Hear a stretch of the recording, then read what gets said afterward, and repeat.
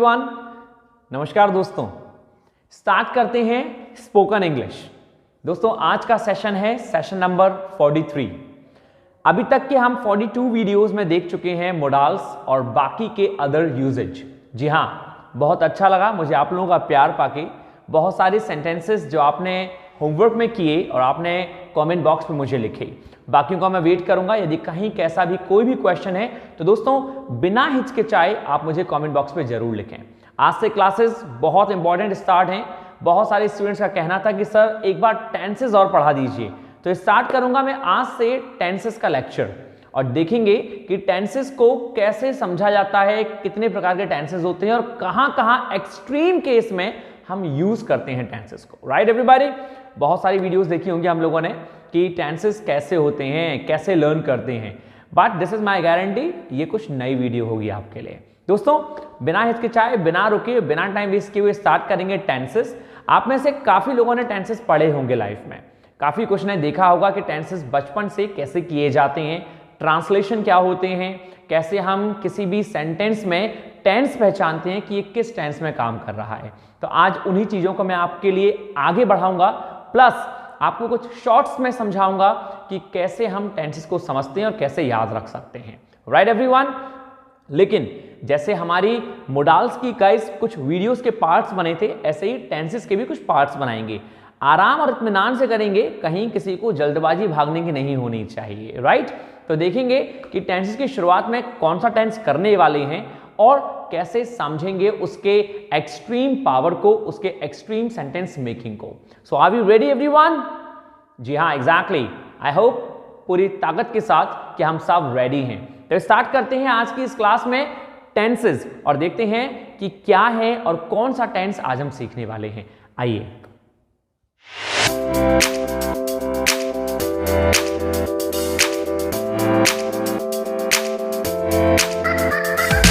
So well, आप देख ही चुके होंगे दोस्तों कि स्टार्ट कर रहे हैं हम लोग टेंसेस को। ठीक है, तो मैं आपको बताऊंगा कि टेंस कैसे करते हैं और कहां से स्टार्ट करते हैं। आज की हमारी इस सेशन में, इस वीडियो में दोस्तों हम देखेंगे कि स्टार्टिंग कहां से करते हैं टेंसेस की, आखिर कौन सा टेंस कैसे समझा जाता है। ज्यादा कुछ नहीं समझेंगे, लेकिन फिलहाल आप समझेंगे कि टेंस होता क्या है, ये वर्ड आया कहां से है। तो दोस्तों आइए, नंबर 1, ये जो वर्ड है टेंस, क्या आप में से कितनों को या किसी को मालूम है कि क्या मीन होता है टेंस का? हमें से बहुत लोग कहते हैं टेंस, कि हम भैया टेंस सीखेंगे। तो भैया टेंस कितने प्रकार के होते हैं? भाई फलाना प्रकार के होते हैं, इतने काइंड के होते हैं। अरे भैया रुको तो सही, पहले टेंस का मीन क्या है? What is the meaning of tense? तो आप में से काफियों को मालूम होगा, अदरवाइज मैं फिर भी बता देता हूं। द मीनिंग ऑफ टेंस दोस्तों इज टाइम। टाइम का सिनोनिम कहलाता है टेंस। हम टाइम को एक सिनोनिम के रूप में यूज करते हैं टेंस लिखकर। तो टेंस का मतलब होता है टाइम, और टाइम को ही हम हिंदी में बोलते हैं समय या काल। कहते हैं ना, काल मतलब समय, यही कहलाता है दोस्तों टाइम। अब बस इसी टाइम को एक चैप्टर का नेम दिया गया और वो कहा गया टेंस। Is it clear? तो अब यदि मैं आपसे ये पूछूं कि भाई how many kinds of tenses are there, तो मैं आपसे ये भी कह सकता हूं कि how many kinds of times are there, कितने प्रकार का होता है समय। तो आप कहेंगे भाई समय जो है, जो बीत गया, जो है और जो आएगा, तो भाई यही तो टेंस होते हैं। तो मतलब जो था, जो है और जो आएगा, ऐसा ही कुछ टेंस में करते हैं। तो टेंस करने से पहले आपने एक बात समझी कि टेंस जो है दोस्तों वो रूप है टाइम का। हम टाइम को ही डिनोट करते हैं टेंस के अकॉर्डिंग। अब यदि मैं आपसे बात करूं कि भाई टाइम क्या है, तो जैसा कि आपने सीखा कि there is a 3 kind of time. Time जो है वो 3 प्रकार का होता है। नंबर फर्स्ट जो था, जिसे हम लोग डिनोट करते हैं दोस्तों पास्ट से। हम सभी जानते हैं पास्ट मतलब जो था, तो पहला जो टेंस आता है वो पास्ट आता है।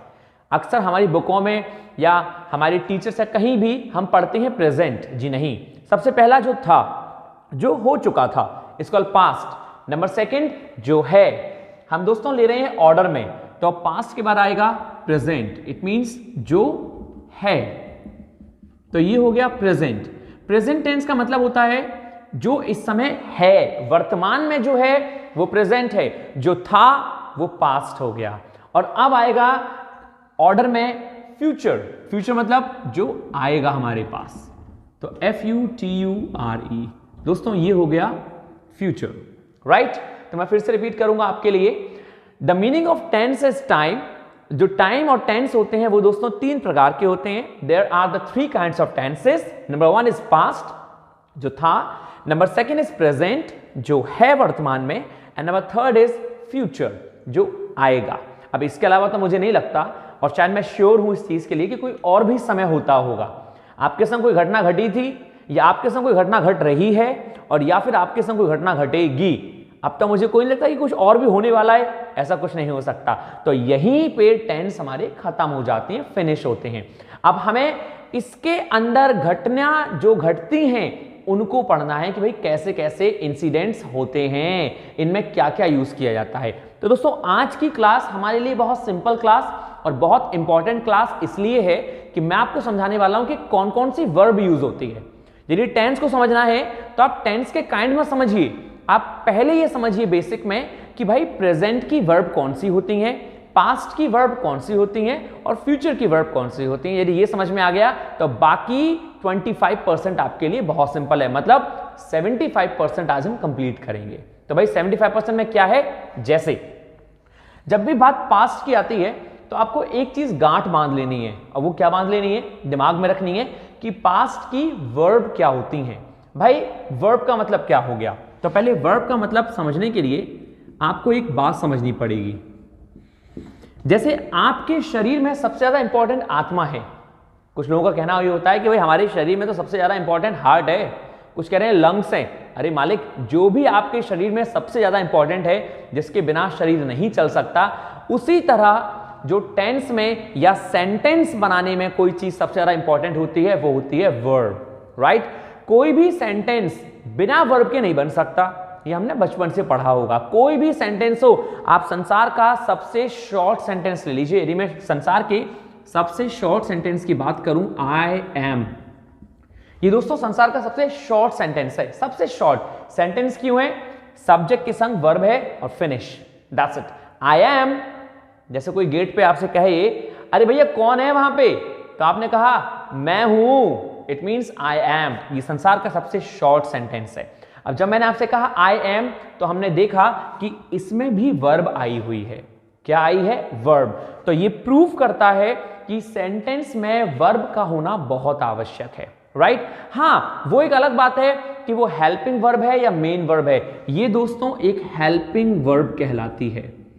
कौन सी वर्ब कहलाती है, हेल्पिंग वर्ब। तो मैंने आपसे ये नहीं कहा कौन सी वर्ब, लेकिन वर्ब जरूर आएगी, चाहे हेल्पिंग वर्ब आए चाहे मेन वर्ब आए, ठीक है।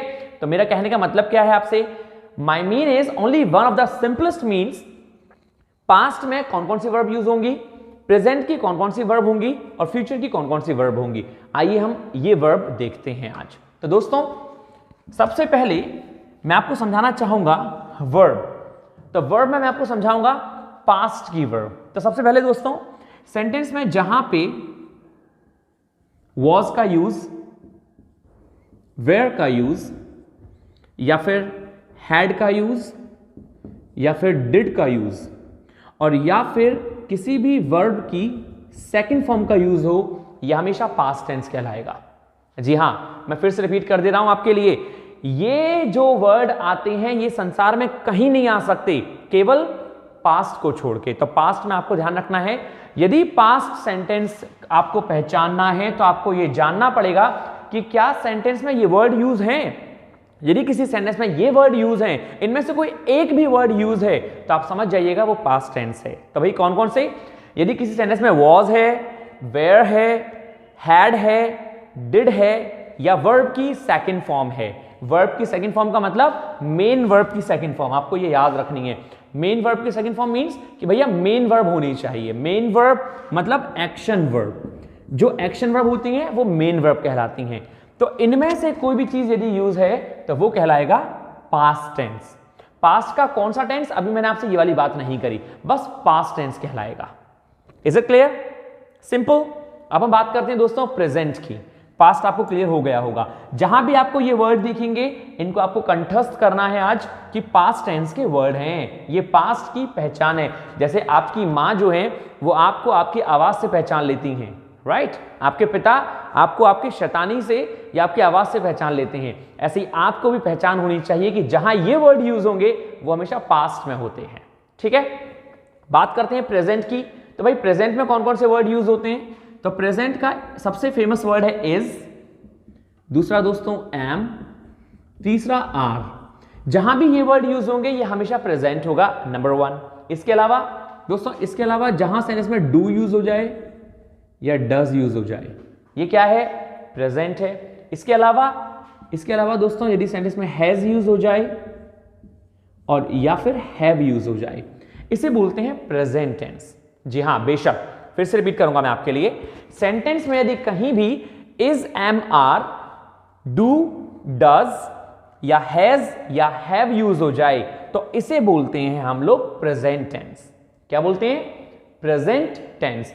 इसके अलावा यदि किसी भी सेंटेंस में किसी मेन वर्ब में दोस्तों एस या ईएस लग जाए और या फिर किसी मेन वर्ब में सिंपल फर्स्ट फॉर्म लग जाए, वो भी प्रेजेंट कहलाता है।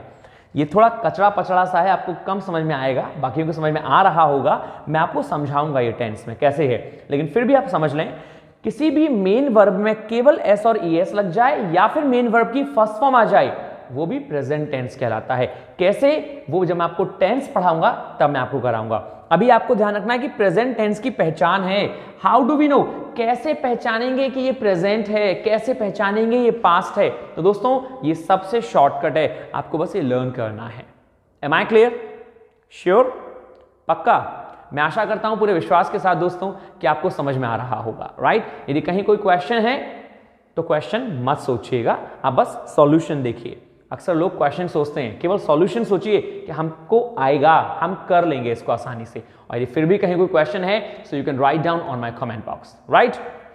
फ्यूचर टेंस दोस्तों, तो भैया फ्यूचर क्या है? सिंपल है, सेंटेंस में जहां विल आ जाए या हम विल के साथ यदि यूज कर दें या विल के अलावा शैल को यूज कर दें, ये कहलाता है दोस्तों फ्यूचर। ये कतई सिंपल है, कतई सिंपल है, मतलब बहुत सबसे ज्यादा सिंपल फ्यूचर होता है। इसकी पहचान के अलावा कोई और पहचान नहीं है फ्यूचर की।